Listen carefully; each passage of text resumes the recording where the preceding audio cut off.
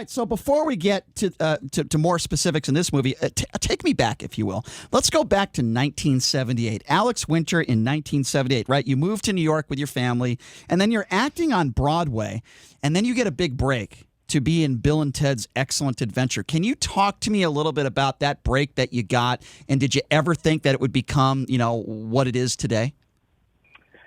Yeah, I mean, I had been acting professionally since I was a little kid.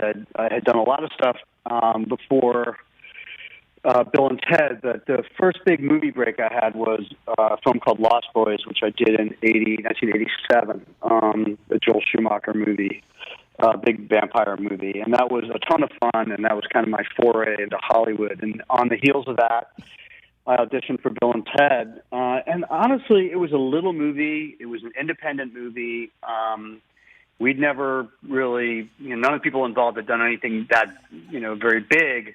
But Bill and Ted, when we made it, really wasn't big. It was a pretty grassroots thing. And the way it happened, the studio we made it for went bankrupt, so the film sat on a shelf for a year. So Keanu and I just kind of moved on. We've become really good friends, so we stayed friends. But neither of us, we were told, frankly, that the film was never going to come out. So wow, a full year, yeah, it was crazy. A full year later, the film was bought out of bankruptcy for a song, and they tested it, and it tested through the roof. And suddenly, this thing that we'd just completely given up on was all over the place. That's incredible. So it was an unexpected hit. So you're telling me that the studio, they didn't even really want to release this thing. It was stuck for a while. That's incredible to me. Yeah, I mean, Hollywood's a weird place, but to be fair, it wasn't like nobody wanted to release it. The studio had actually gone under, so there was no one there. Oh, well, that's a problem. Yeah, that's kind of an issue.